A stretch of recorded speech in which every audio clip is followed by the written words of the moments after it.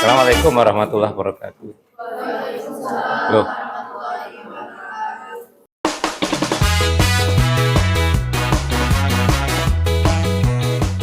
Assalamualaikum warahmatullahi wabarakatuh. Selamat siang menjelang sore teman-teman. Di sini saya dan Aurora dari kelompok 5 mau mempresentasikan materi yang berjudul penentuan kata kode yang mungkin untuk dikirim. Nah, jadi sebelum presentasi dimulai, ini nanti kita mengunjung konsep di mana kita berdiskusi bersama-sama ya. Jadi ini nanti kalau teman-teman ada yang nggak setuju dengan materinya, mungkin bisa menambahkan dan kami akan menerima tambahan dari teman-teman. Sebelumnya perkenalkan saya Diah Ainur Subaidah. Saya Aurora Aulia Eka Putri. Langsung saja. Langsung saja ke materinya. Nah, sebelum masuk ke materi, pastikan ada yang namanya latar belakang kenapa materi ini dibahas ya. Jadi materi ini itu dibahas karena kita menentukan kode yang akan dikirim ini. Jadi lewat kode yang dikirim ini nanti kan pasti ada keeroran yang telah dibahas kemarin ya. Jadi untuk mengantisipasi keeroran kode tadi, kita akan melakukan analisis penentuan kode yang akan dikirim. Nah, bisa dilihat rumusan masalahnya itu yaitu bagaimana merancang pemancar atau encoder supaya dari semua pesan mungkin kita pilih kode yang masih bisa dibedakan walaupun ada errornya.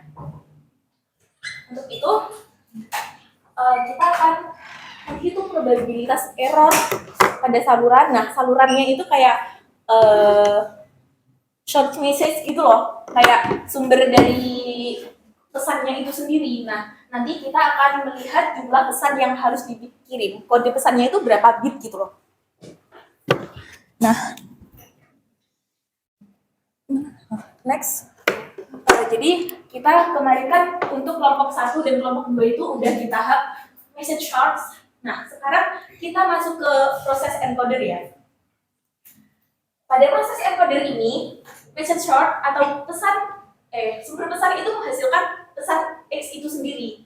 Nah, jadi misalkan kata ya, kita kan mau mengirim kata. Pesan itu kan berupa kata-kata gitu kan, atau huruf-huruf atau angka gitu kan. Nah, itu dimisalkan pesan itu sebagai X. Nah, di sini encoder itu memiliki tugas untuk mengubah pesan itu menjadi kode.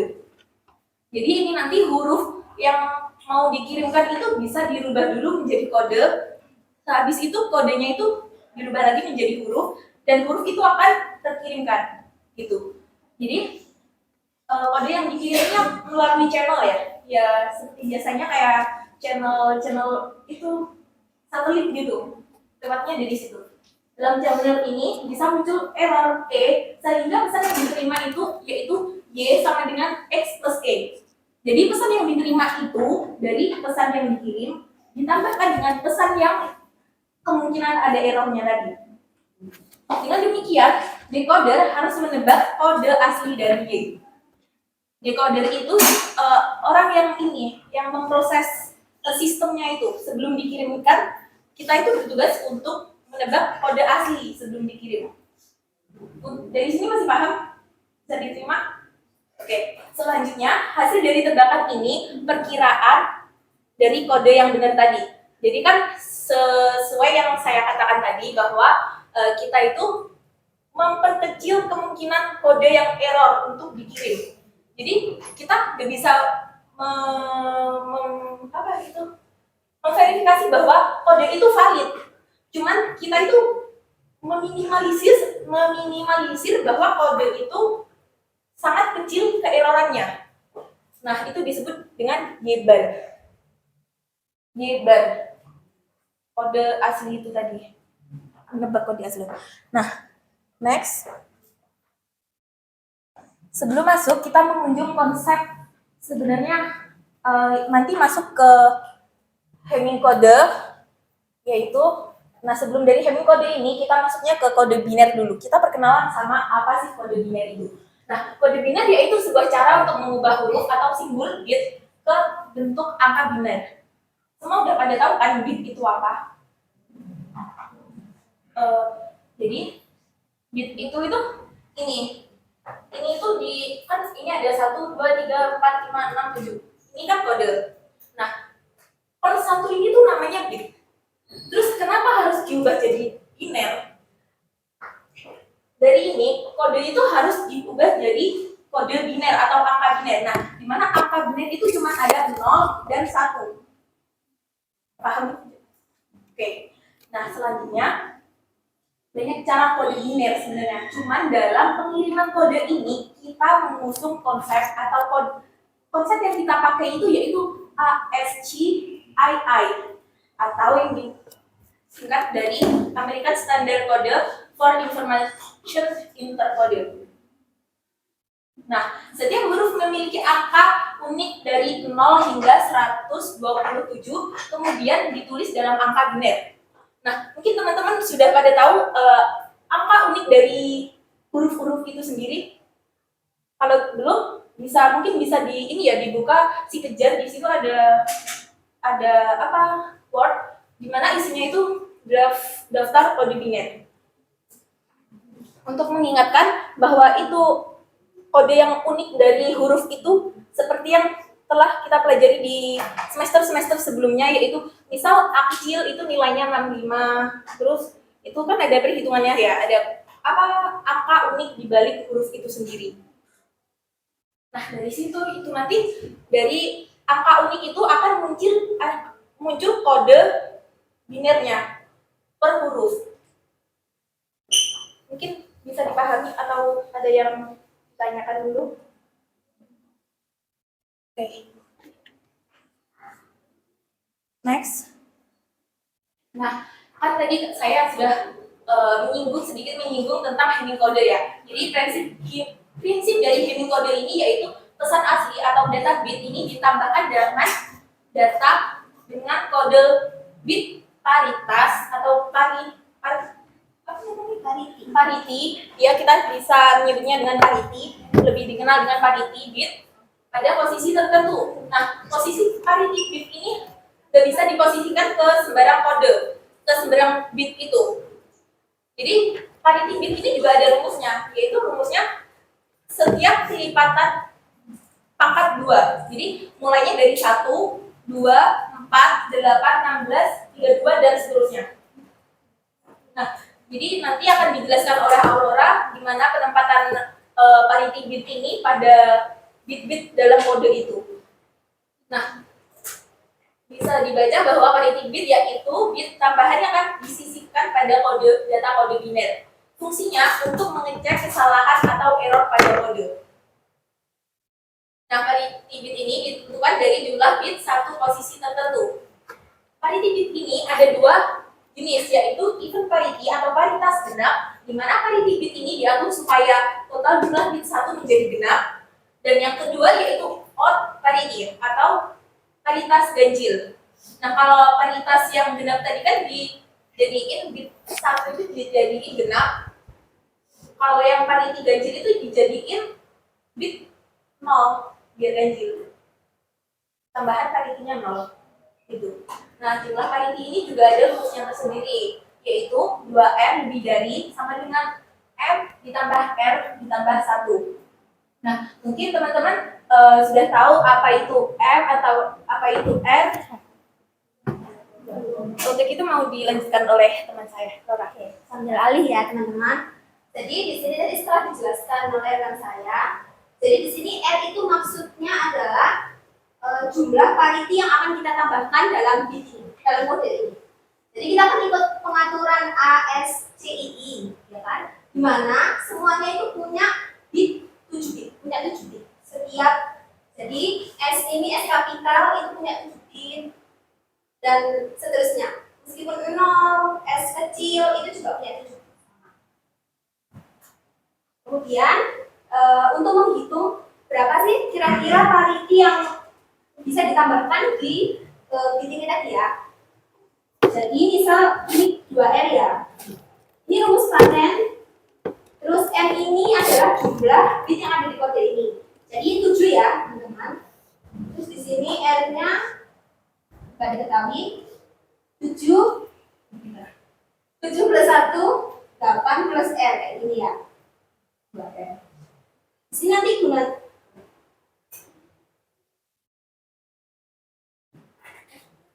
gimana caranya kita nambahin ini kan berarti kelipatan 2, ya kan? 2 pangkat n itu kan kelipatan 2, 2 pangkat 1, 2, 2 pangkat 2, 4, terus 8 kayak gitu kan. Nah, gimana caranya? Karena di sini 8 plus n, otomatis kan pasti bilangannya itu lebih dari 8 ya kan? Nah, kira-kira 2 pangkat berapa yang hasilnya itu lebih dari 8 ya? Otomatis n-nya ini kita pilih 4 kan ya? Berarti n-nya di sini 4. Jadi paritinya yang kita butuhkan adalah 4. Begitu. Terus karena pariti itu dia sifatnya paten ya, ada di suku ke 1, 2, Ya, kelipatan dari 2, 4 dan 8. Jadi kita masukkan dulu pariti ke 1, pariti ke 2, pariti ke 3 dan pariti ke 4. Kita ibaratkan P itu pariti. Bilangan pariti. Terus kemudian untuk ketiga, ke-5, ke-6 sampai ke-11 itu kita isi D. D itu D1. D itu per bitnya ini. Jadi ini D1, ini D2 sampai D7. Terus kita lengkapi.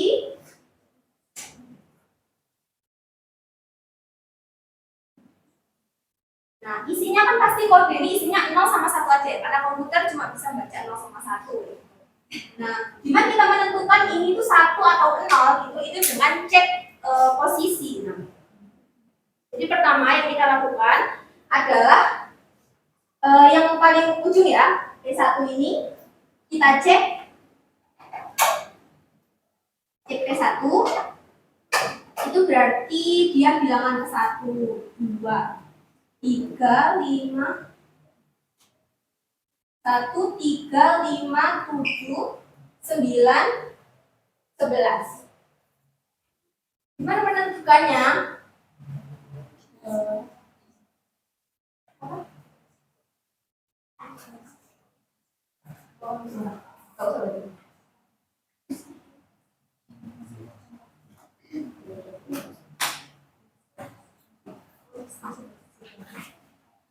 Jadi untuk gampang memudahkan kita untuk memahami, saya ada satu contoh.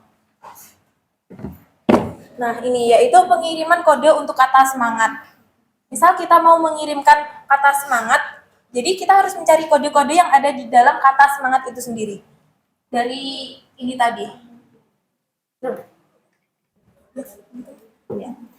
Terus ini tadi yang dituliskan di papan ya, teman-teman, yang ada di bawahnya langkah kedua itu konversi tiap huruf ke ASCII, di mana setiap kodenya itu ada 7 bit kayak gitu. Terus langkah ketiganya itu susun tadi ya, P1 sampai P4 pariti. Oh ya, ini 11 angka ini itu adalah jumlah bit yang akan dikirimkan mewakili kata ini, mewakili huruf ini kayak gitu. Dapat dari mana 11-nya? Itu dapat dari ini, dimasukkan lagi 2 pangkat 4 lebih dari 8 terus R-nya kan 4. Jadi 11 bit. Cuma itu.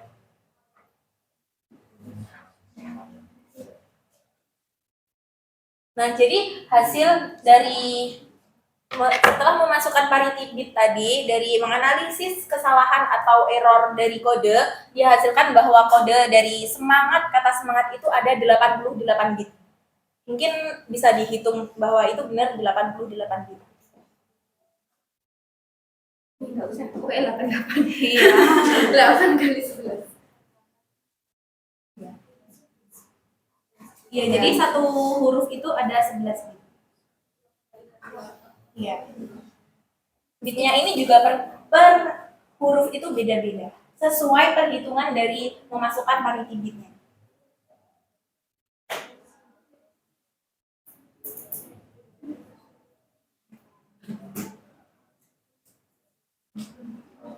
Sebelumnya mohon maaf ya, jangan terpaku pada makalah karena kita kemarin ada miskom materi ya.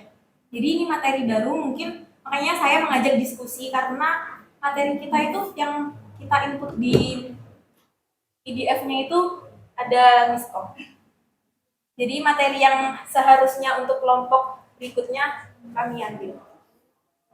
Kami menggunakan Hamming distance sama weight Hamming atau bobot Hamming untuk menentukan kata kode ini. Ternyata sebelum itu ada kode biner atau kode Hamming yang masih basic bisa digunakan. Untuk Pak Heri mohon maaf, nanti izin untuk merevisi makalah.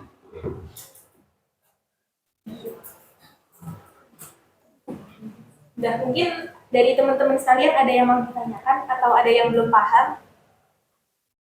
Iya, boleh. Kita kan ada Iya, isinya 12. Itu karena enggak. Iya.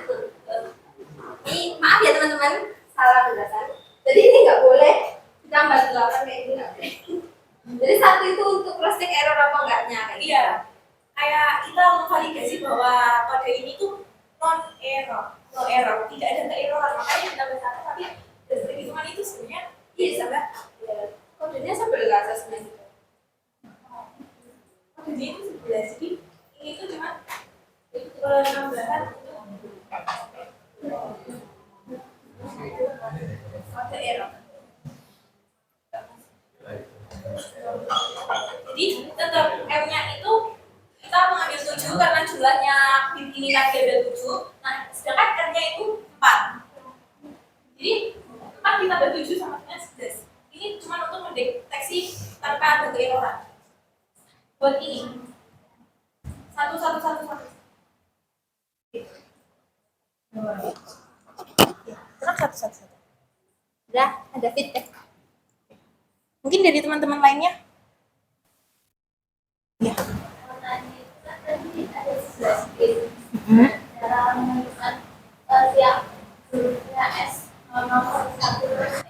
Bisa dilihat pada Word yang ada di si Pejar ya? Atau teman-teman bisa mengakses? Oh, ini tadi. Jadi tadi kan ini ada 7 bit, ya kan? Yang dilihat di Word itu tadi ada 7 bit. Terus kita taruh setelah paritinya ini tadi. Jadi paritinya itu dimasukin dulu. Kan kita udah tahu ya paritinya itu ada 4. Kita masukin di kelipatan, di setiap kelipatan 2, 4, 8 gitu. Kelipatan 2 di 2 pangkat 1, 2 pangkat 2. Ya.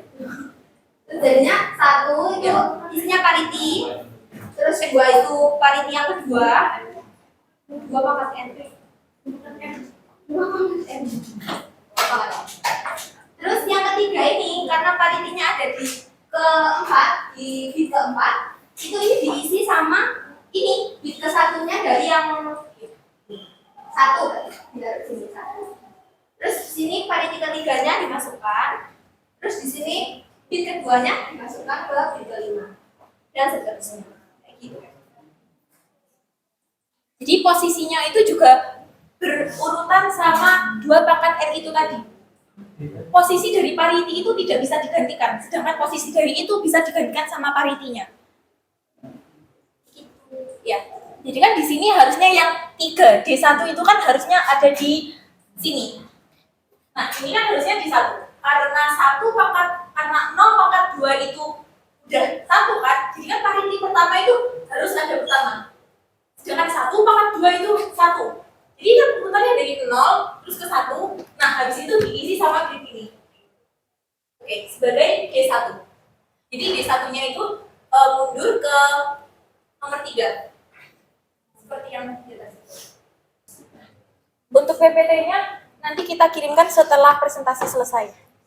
Mungkin nanti kalau ada yang ditanyakan lagi bisa kita diskusikan di forum diskusi. Ya. Atau teman-teman mau menambahkan nanti bisa kita input ke dalam PPT sebelum kita publish ke teman-teman semuanya. Oh iya itu salah. Maksudnya pariti ketiga. Itu tak memang ditanyain. Masih mau Barangkali. masih mau memahami. Sudah. Mungkin presentasi saya anggap bisa diterima. Kalaupun masih ada kejanggalan atau yang belum bisa diterima atau belum bisa, maksudnya belum paham, bisa ditanyakan melalui diskusi di situ ya teman-teman. Sekian dari kami. Assalamualaikum warahmatullahi wabarakatuh.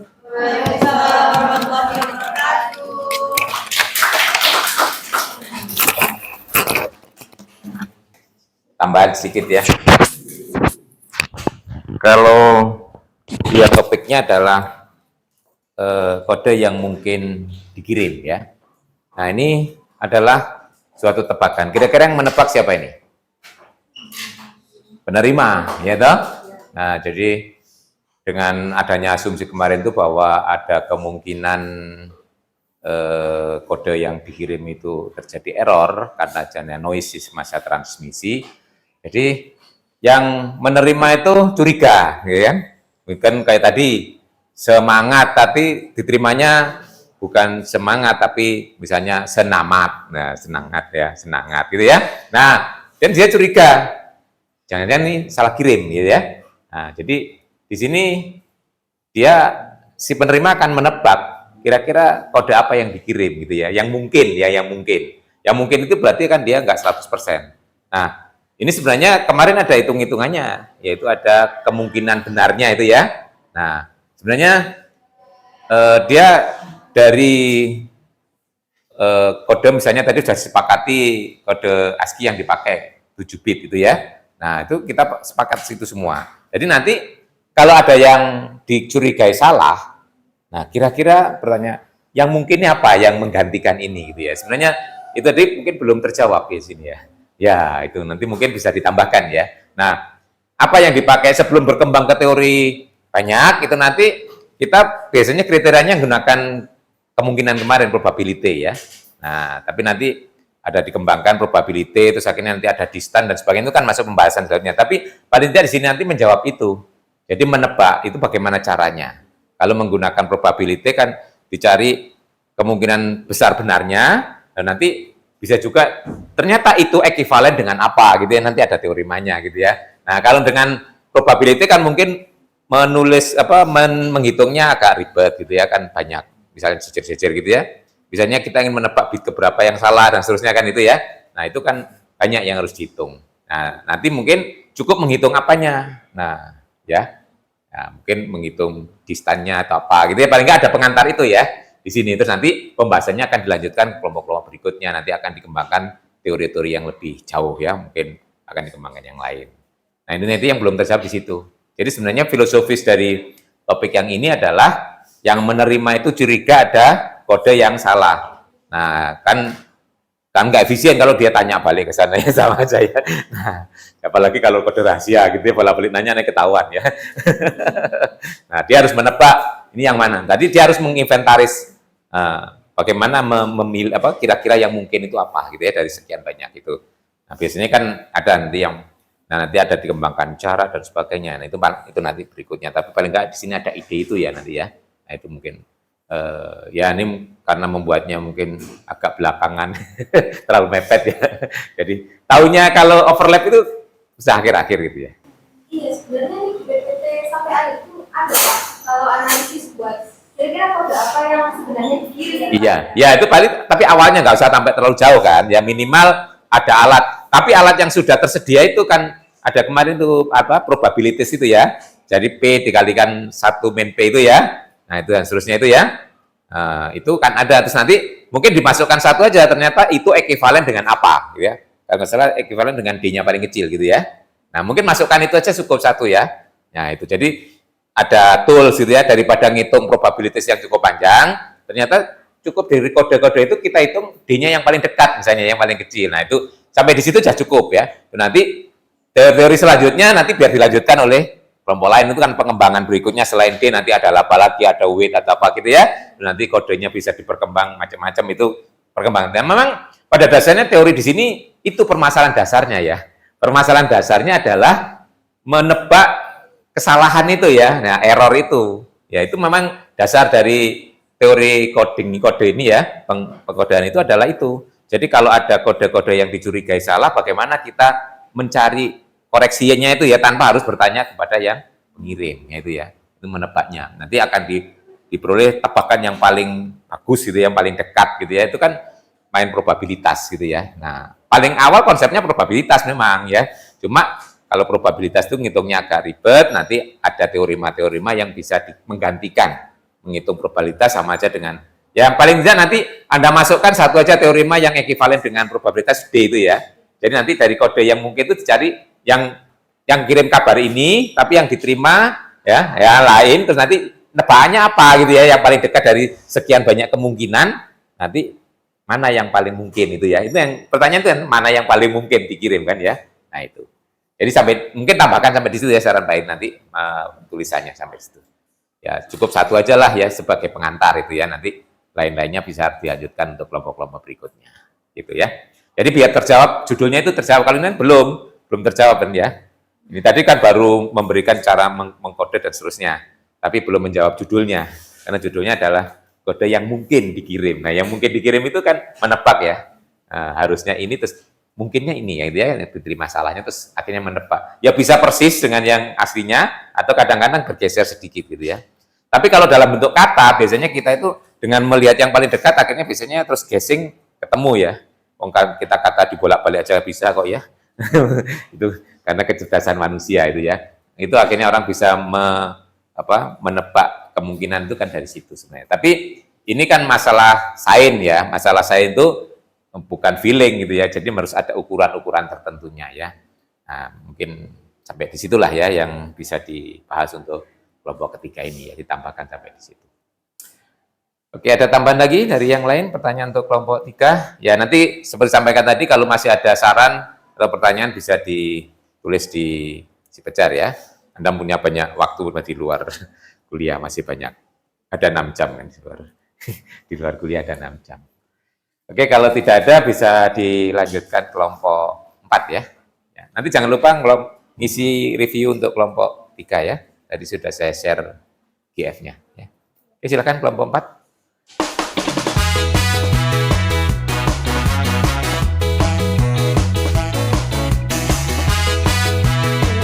Assalamualaikum warahmatullahi wabarakatuh. Perkenalkan kami dari kelompok 4 dengan anggota saya sendiri Ana Damai Mahmuda dan rekan saya Dian Nurul Arifah. Di sini kami akan mempresentasikan materi yaitu jarak dan muatan.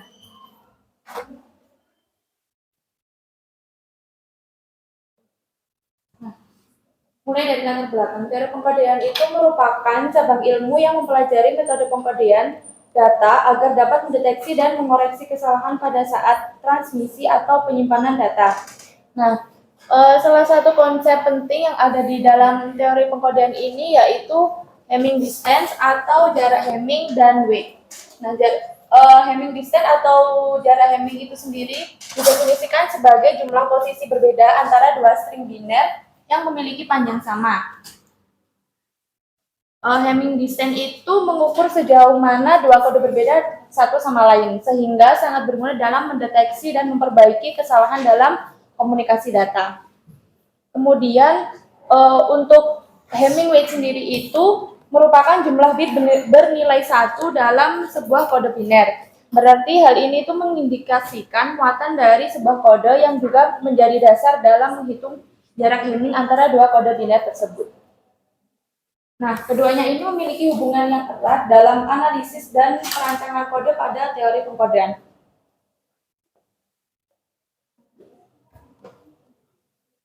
Baik, yang selanjutnya yaitu rumusan masalah. Di sini kita mengambil 3 rumusan masalah. Yang pertama yaitu bagaimana definisi Hamming distance dalam teori pengkodean dan bagaimana konsep ini digunakan untuk mengukur perbedaan antara dua kode. Kemudian rumusan masalah yang kedua yaitu apa yang dimaksud dengan weight atau muatan dalam teori pengkodean serta bagaimana cara menghitungnya pada sebuah kode biner. Dan rumusan masalah yang ketiga yaitu bagaimana hubungan antara Hamming distance dengan weight dalam konteks analisis dan perancangan kode pada teori pengkodean. Untuk tujuannya sendiri di sini juga ada 3. Yang pertama yaitu untuk menjelaskan definisi dari Hamming distance dalam teori pengkodean serta memahami fungsinya dalam mengukur perbedaan antar kode. Tujuan yang kedua yaitu untuk mendefinisikan weight atau muatan pada kode biner dan menghitungnya secara tepat. Untuk tujuan yang ketiga, untuk menganalisis hubungan antara Hamming distance dan weight untuk mendukung analisis kesalahan dan perancangan kode dalam teori pengkodean.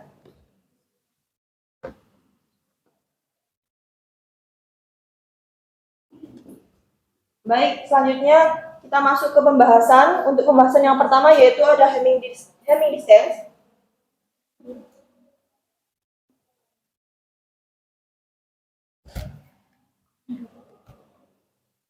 Jadi dalam teori pengkodean di sini, Hamming distance merupakan ukuran perbedaan antara dua kode, string atau vektor dengan panjang yang sama, yang dihitung berdasarkan jumlah posisi simbol yang berbeda pada kedua kode tersebut.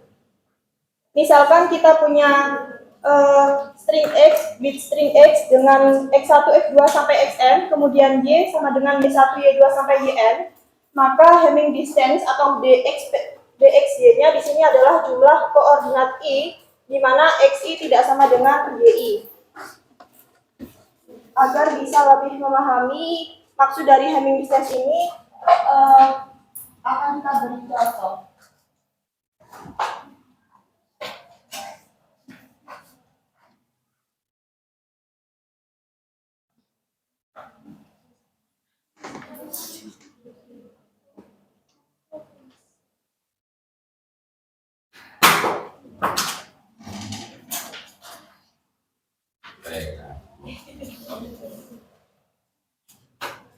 Nah, oke, di sini kita punya string X yang pertama yaitu 10111101 dan Y yaitu 100101.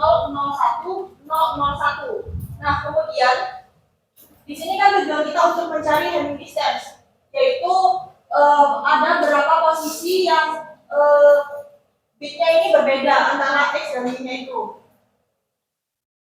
Soalnya kita lihat untuk posisi yang pertama di X ini kan bitnya 1, kemudian di Y ini juga 1, berarti bitnya sama. Kemudian di posisi kedua di X ini bitnya 0, di Y ini juga 0, berarti sama. Kemudian untuk posisi yang ketiga di X ini bitnya 1, kemudian di posisi ketiga pada Y yaitu 0. Berarti di sini itu posisi yang berbeda, posisi ketiga. Kemudian posisi yang keempat, kita lihat di sini di X-nya kan 1, kemudian Y juga 1, berarti sama.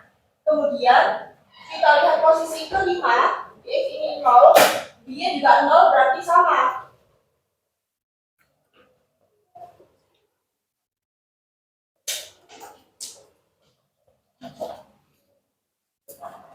Untuk posisi yang kelima, di sini kan X-nya, di X ini kan bitnya 1, kemudian di Y ini 0, berarti kan tidak sama, berarti posisinya berbeda, yaitu posisi kelima.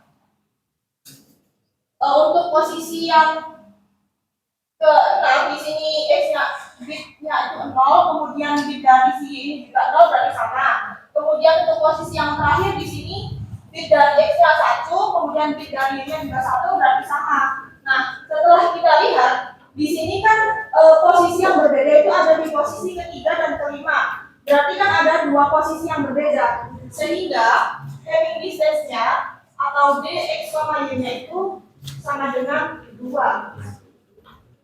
Apakah dari sini bisa dipahami?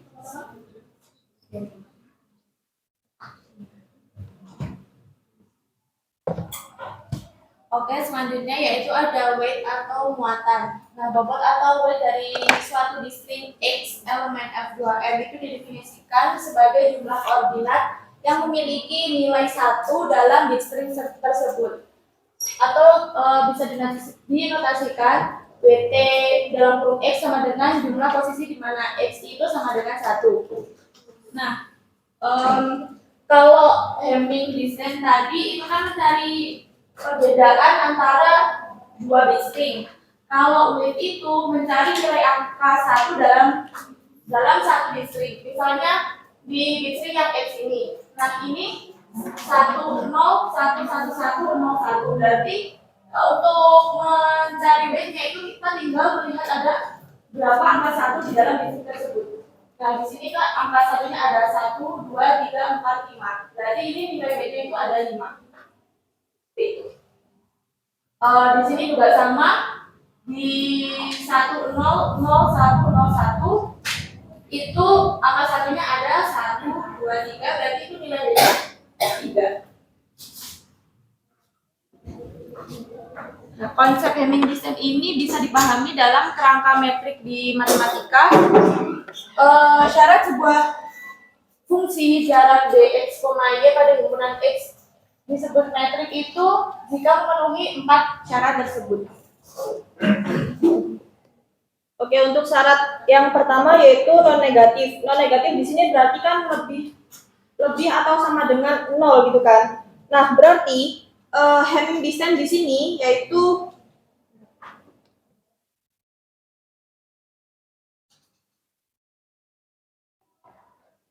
untuk Hamming distance di sini dx, y-nya itu lebih besar atau sama dengan 0 itu. Nah, kan karena definisi Hamming distance di sini adalah jumlah koordinat di mana x dan y-nya berbeda. Dan tujuan kita di sini yaitu banyaknya elemen atau bilangan bulat-bulat negatif, maka dx sama y ini lebih besar atau sama dengan 0. Itu. Untuk syarat yang kedua yaitu simetri. Simetri di sini yaitu maksudnya dx, y itu akan sama dengan dy, x. Nah, berdasarkan definisi x, y, itu kan menghitung banyaknya posisi di mana x-nya tidak sama dengan y, sehingga berdasarkan sifat simetri diperoleh x-i tidak sama dengan y jika dan hanya jika y tidak sama dengan x-i.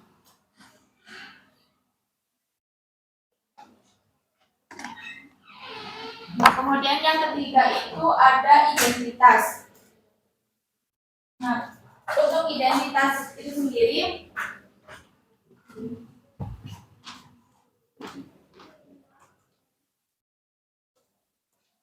dapat dirumuskan sebagai dx, y sama dengan 0 jika dan hanya jika nilai x sama dengan y. Nah, jika x sama dengan y itu nanti memang tidak ada posisi berbeda sehingga dx, y itu akan sama dengan 0.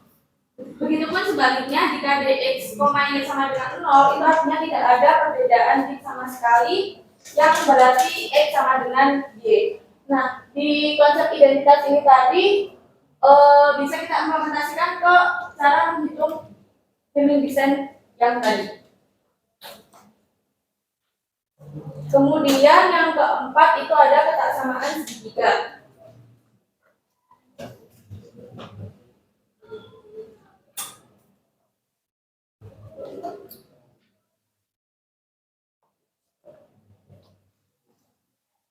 Nah, di ketaksamaan segitiga itu rumusnya ada dx, z kurang dari sama dengan dx, y dijumlahkan dengan dy, z untuk semua x, y, dan z elemen dari F2N. Nah, misalkan x, y, z itu elemen F2N, untuk setiap koordinat itu kita punya 3 kemungkinan nilai, yaitu xi, yi, dan zi. Kemudian ada beberapa kemungkinan yang terjadi.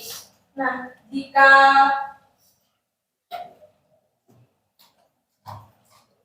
xi sama dengan zi, itu nanti dx, z-nya sama dengan 0. Sehingga 0 kurang dari sama dengan dx, y plus dy, z. Nah, jika xi-nya nanti tidak sama dengan zi,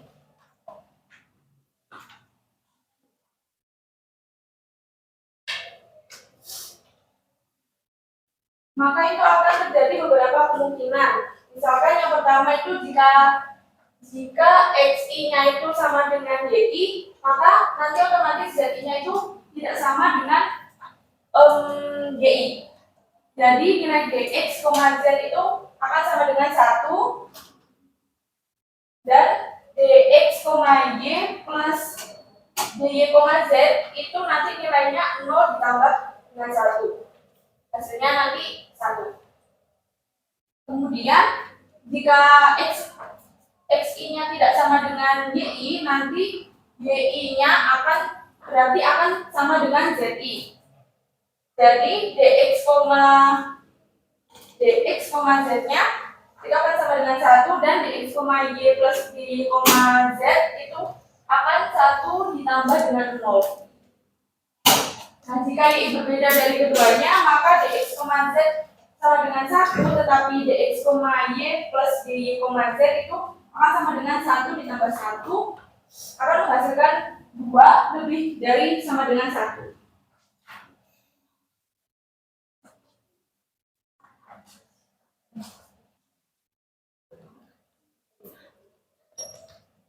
Oke, kalau gitu kita lanjut dulu.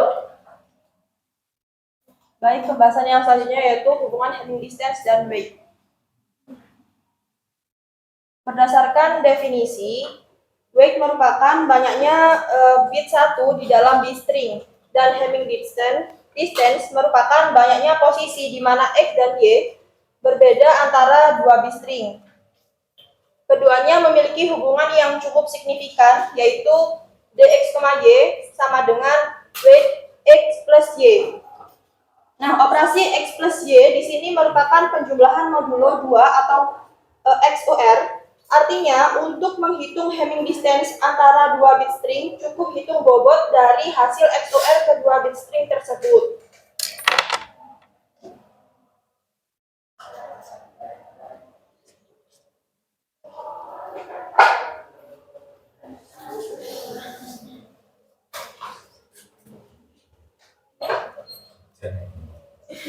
Untuk memahami hubungan antara Hamming distance dan weight ini akan saya beri contoh seperti berikut. Jika kita punya x-nya 1, 0,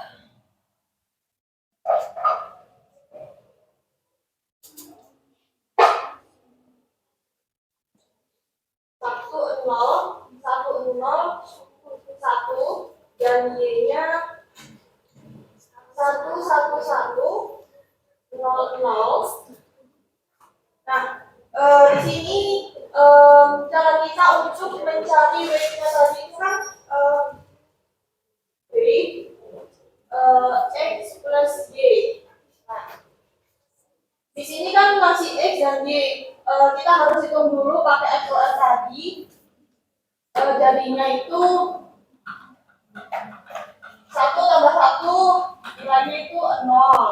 Kemudian 0 tambah 1, 1, 1 tambah 1, 0, 0 tambah 0, 0, 1 tambah 0, 1.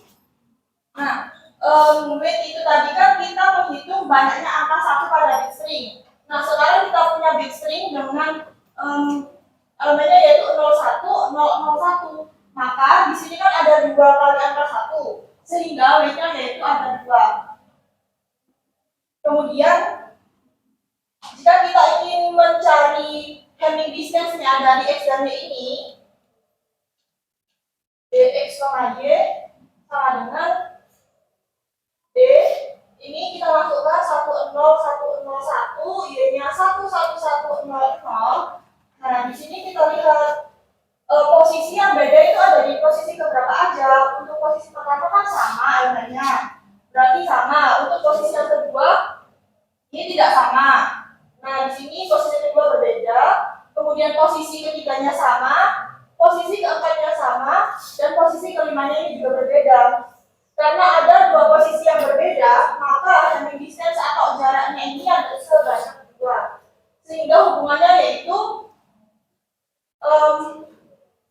weight dari x plus y akan sama dengan Hamming distance dari x, y, seperti itu.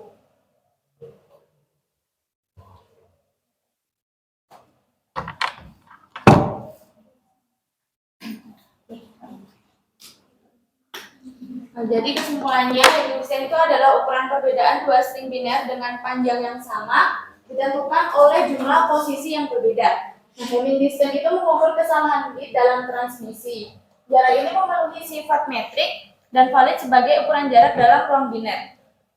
Kemudian bobot atau weight itu menunjukkan jumlah bit 1 dan merepresentasikan jarak suatu string terhadap vektor 0, sehingga Hamming distance dapat dihitung dari penjumlahan bobot dua string dalam modulo 2. Nah, dalam komunikasi digital, nilai ini identik dengan bobot vektor error, menjadikan Hamming distance penting untuk mendeteksi dan memperbaiki kesalahan data. Nah, jadi pada intinya itu Hamming distance itu kita mengukur jarak antara dua distrik yang berbeda, jarak perbedaan.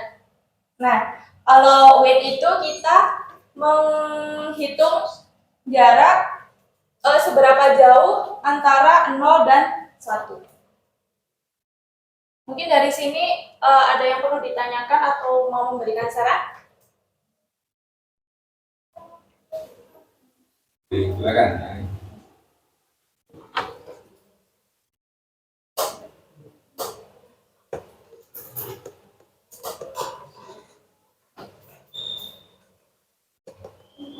Itu akan bagus kalau diberi ilustrasi penggunaannya ya. Akan distance dan weight tadi dikonsulkan dalam rangka mendeteksi memperbaiki kalau terjadi kesalahan atau mencari kemungkinan. Sebenarnya nyambung dengan akalnya kelompok sebelumnya ya. Tapi kalau diberi ilustrasi menggunakan ya, misalkan ada pengiriman kode terus terjadi yang diterima ini gitu ya. Nah, nanti dengan menggunakan distance itu kira-kira yang mungkin ya dari ya itu bisa juga. Saya nggak berikan ilustrasi dengan contoh biar kebayang ya penggunaan tadi. Ini tujuannya biar kebayang ya, biar penggunaan konsep distance dan weight itu gimana gitu ya dalam koreksi ya, koreksi data. Mungkin kami akan menjawab sepemahaman kami ya. Mungkin dari teman-teman ada yang lebih paham bisa menambahkan. Nah, misalkan ada kode Hamming 7,4 itu akan mengubah 4 bit data menjadi 7 bit kode. Jadi data awalnya itu misalkan ada 4 bit data, yaitu 1011. Nah, kemudian kita akan ditambahkan 3 parity bit. Misalkan 3 parity bit itu tadi 010. Nah, itu nanti data yang kalau misalkan tidak ada error, data yang diterima itu tetap yang 4 bit tadi ditambahkan dengan 3 bit tadi. 4 bit tadi 1011 dan yang 3 bit tadi 010. Nah, nanti kalau tidak ada error, data yang diterima itu 10111010. Kemudian kalau misalnya terjadi error, misalkan di bit yang keempat, tadi kan yang awalnya 10111010. Nah, bit yang keempat tadi kan 1. Tapi ketika diterima nanti akan berubah menjadi 10101010. Kan ada perubahan di bit yang keempat dari 1 menjadi 0. Nah, itu nanti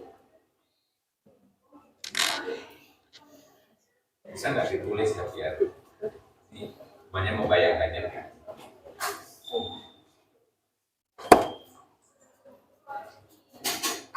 Misalkan data yang awalnya itu tadi ada 4 bit, 11. Terus videonya nggak jelas ini ya. Cuma ini spidol. Nah, kalau kurang gitu. Misalnya yang 4 data tadi 1101, kemudian ditambahkan 3 bit yaitu 101. Nah, kalau tidak ada error, nanti data yang diterima itu akan 1101101. Tapi kalau misalkan terjadi error di bit yang keempat, itu akan di bit 4 kan ini tadi 1. Misalkan jadi 1111 00101. Nah, dia itu ada perubahan di bit yang keempat ini. Jadi jarak Hammingnya itu adalah 1. Error kesalahannya itu 1. Mungkin dari teman-teman ada yang kurang setuju dengan penjelasan saya? Yang tidak jelas silakan Mau bertanya. menambahkan?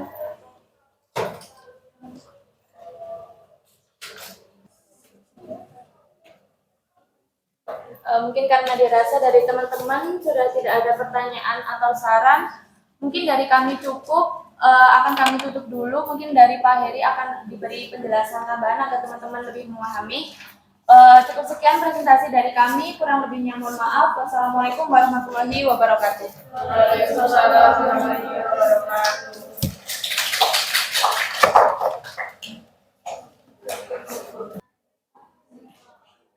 Ya. Jadi tadi sudah dikembangkan 2 konsep ya. Jadi ada konsep weight dan distance. Kemudian tentu tadi ada yang menghubungkan ya, harusnya yang menghubungkan antara distance dan weight. Ada jadi ya. Berapa jumlahnya gitu ya. Jadi bahwa itu. Nah, tadi sebenarnya untuk melihat ini ada 2 pendekatan ya, melihat sifat-sifat lebih jauh. Pendekatan pertama, sifat-sifat itu bisa kita verifikasi langsung dari definisi di situ, ya. Nah, tapi sebagai seorang matematis ya, matematikawan, kita juga punya konsep jarak, kemudian metrik itu ada ya di konsep yang lebih general ya. Jadi kalau Anda kenal kemarin waktu kuliah di aljabar linier juga ada ya tuh. Kemudian nanti kalau sudah kuliah di mana lagi konsep itu. Selain di aljabar linier Anda kenal istilah jarak di mana lagi? Jadi sebenarnya jarak itu nanti menjadi konsep yang universal di matematik ya. Kalau mungkin konsep awalnya ada 2 titik gitu ya. Nah, kita nanti yang disebut jarak itu nanti konsepnya di ruang metrik secara umum ya, kita punya yang disebut apa istilahnya, norm dan distance itu ada ya. Jadi weight itu nanti bisa dianalogikan dengan norm ya. Nah, kemudian ada distance. Pada dasarnya nanti ada kaitan antara norm dan nanti kalau di bit mungkin antara tambah dan kurang itu hampir sama ya. Karena 0 dikurangi 1 dikurangi 1 ya 0, 1 tambah 1 ya 0. Itu mungkin nanti antara tambah dan kurang itu mungkin agak enggak terlalu rancu ya. Kalau di yang tidak dua biner itu, yang biner itu mungkin kalau yang lain agak beda. Kalau Anda simak di konsep norm dan jarak ya, jarak itu akhirnya kan norm dari selisih kan ya. Nah, kalau Anda kenal di aljabar linier kemarin ya itu nanti muncul itu ya, itu muncul. Jadi sekali lagi nanti untuk melihat sifat-sifat dari distance dan weight di sini tadi, Anda bisa menggunakan 2 pendekatan ya. Pendekatan pertama bisa langsung ya, dari situ diverifikasi langsung dari sifat-sifatnya, atau bisa juga konsep yang tadi yang disebut distance di sini memenuhi aksioma atau definisi dari jarak secara umum. Akhirnya kalau itu sudah kita buktikan memenuhi, berarti sifat-sifat berikutnya kita turunkan aja dari rumus dari sifat-sifat distance secara umum, itu akan muncul ya. Jadi tugas kita hanya di awal, jadi membuktikan bahwa konsep yang kita kembangkan ini memenuhi aksioma atau sifat-sifat yang dituntut dalam definisi distance ya, dan norm, itu mungkin itu di situ. Nah, kalau orang apply terapan cenderung pendekatan pertama ya toh, karena dia ingin yang serba instan. Ya cepat ya, kerjanya cepat langsung bekerja di situ ya. Tapi sebagai seorang matematikawan, nah biasanya kita melihat itu sebagai ada proses abstraksi ya. Kita lihat secara struktural gitu ya, karena matematika kan seperti itu ya. Kalau kita sudah punya konsep generalnya, bagaimana kita menghadapi konsep yang spesifik itu kita bawa ke konsep yang lebih umum. Nah itu, jadi orang matematikawan itu kan sukanya efisiensi ya.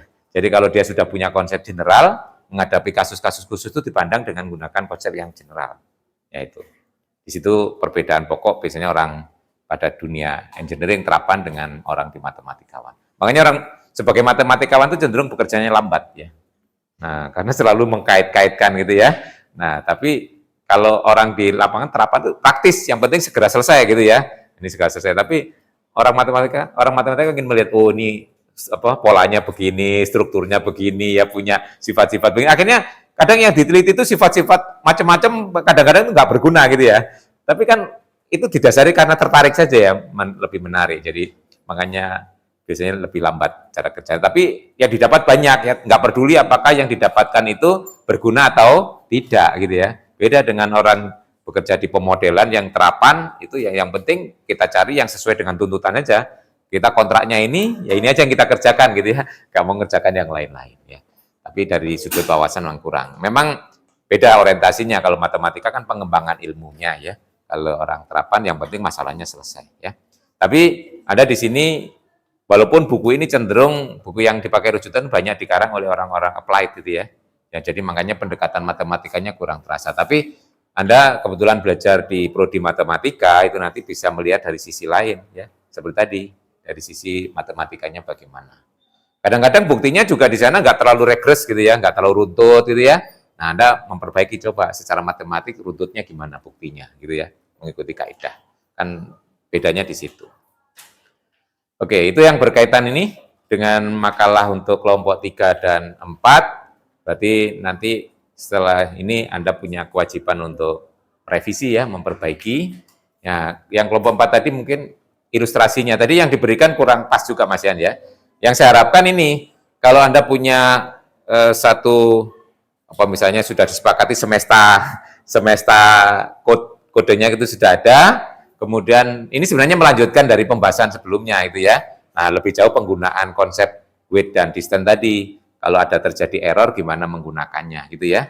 Menggunakannya untuk memperbaiki. Kalau tadi kan hanya kebetulan menghitungnya saja ya. Nah, ini nanti kan dari semua yang mungkin tadi, nah itu tadi yang paling dekat itu yang mana dengan menggunakan konsep ini tadi. Sebenarnya teori pengkodaan arahnya ke situ ya, dalam memilih ganti yang dianggap salah itu. Oke. Ada yang perlu disampaikan baik dari kelompok yang presentasi maupun yang lain? Terus yang lain jangan lupa ngisi reviewnya ya. Itu tadi sudah untuk kelompok 4. Kelompok 3 dan 4. Dan kemarin hasil kelompok 1 2 juga sudah saya share ya.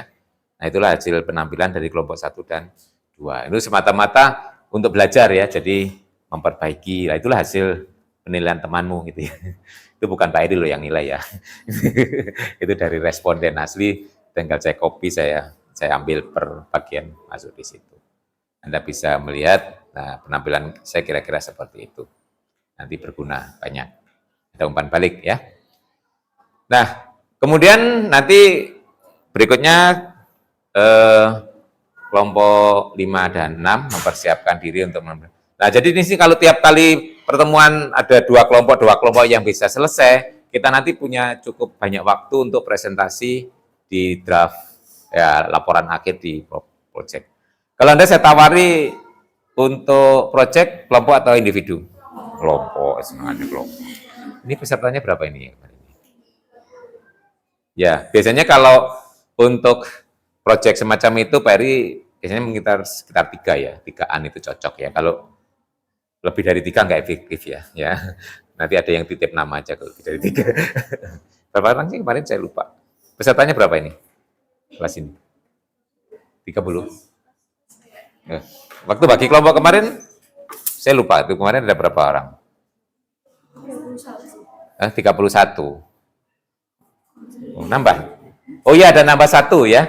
Nambah kemarin yang ada ini apa kelas 1-nya yang nambah ya?